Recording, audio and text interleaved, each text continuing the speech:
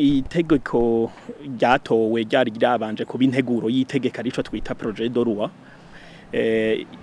ituma intwazangabo zo mu gipolisi zubaka izabo haciye imyaka 3 mu kazi baba bariko bararangura. Ni itegeko twovuga yuko riteye kubiri n'ibwirizwa shingiro kuko rihonyanga ingingo za 28 na 29 zibwirizwa shingiro ry'u Burundi ryo mu bihumbi 2018.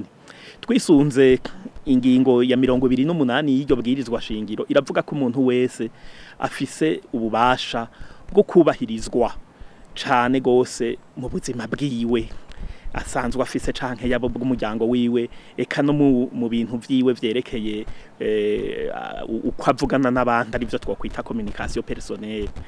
Hama ibwirizwa shingiro mu ngingo ya 29 naho riravuga ko umuntu wese afise uburenganzira n'ububasha bwo gushinga urubanza rwiwe hashakiye kandi no kwicagurira uwo bubakana akamucagura.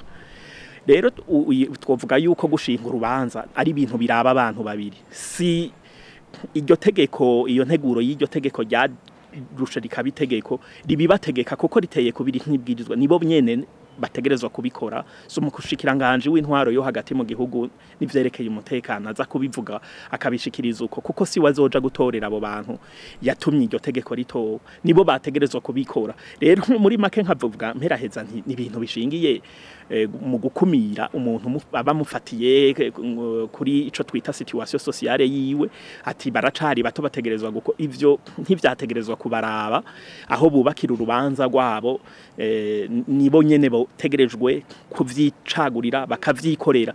Ivyo rero naho bazobitera k'igikumu binjiye mu kazi ni ibintu biteye kubiri n'ibwirizwa shingiro n'ibintu biteye kubiri n'amategeko.